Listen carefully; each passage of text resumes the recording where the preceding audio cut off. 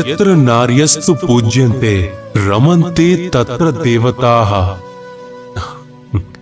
అంటే ఎక్కడ ఆడవాళ్లు పూజించబడతారో అక్కడ దేవతలు ఉంటారు అని.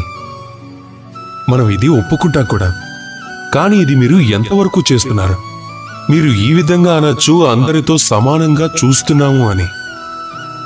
వాళ్ళ పుట్టినరోజు నాడు, పెళ్లి రోజు నాడు వాళ్ళకి బహుమతులు ఇస్తున్నాం, శుభాకాంక్షలు చెప్తున్నాము అని. అంటే ఏంటి? మనం ఈ విధంగా చేస్తే అది సరిపోతుందా? మీరే ఆలోచించండి. ఒక స్త్రీ తన భర్త కోసం, తన తండ్రి కోసం, తన కొడుకు కోసం, తన సోదరుడి కోసం ఎన్నెన్నో చేస్తుంది. అలాంటి స్త్రీకి శుభాకాంక్షలతోనో బహుమతులతోనో సంతోషం ఇవ్వగలమా?